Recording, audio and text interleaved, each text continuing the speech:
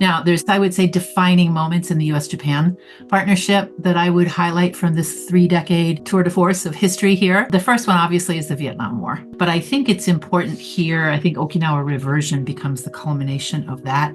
Japanese citizens on the main island, as well as in Okinawa, become intolerant of the U.S. use of bases there for the conduct of combat operations in Vietnam and beyond. And so you get a real sense here in Japan, the Japanese public no longer wants to participate in supporting combat operations against another Asian nation. Second, and this continues to affect our relationship today with China, that is a series of shocks the Japanese refer to as the Nixon shocks, because they largely came during the administration of Richard Nixon. Probably the most remembered Nixon shock is the opening to China and the secrecy with which that diplomacy with Beijing was conducted.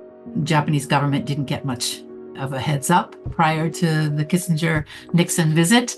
And so I think it came as a huge shock, not necessarily that the United States would want to open its relationship with Beijing, but that they did so without consultations with their closest ally in the region. The last is less of an event, but it is a relationship that I wanted to highlight from this period that I think is really pretty important.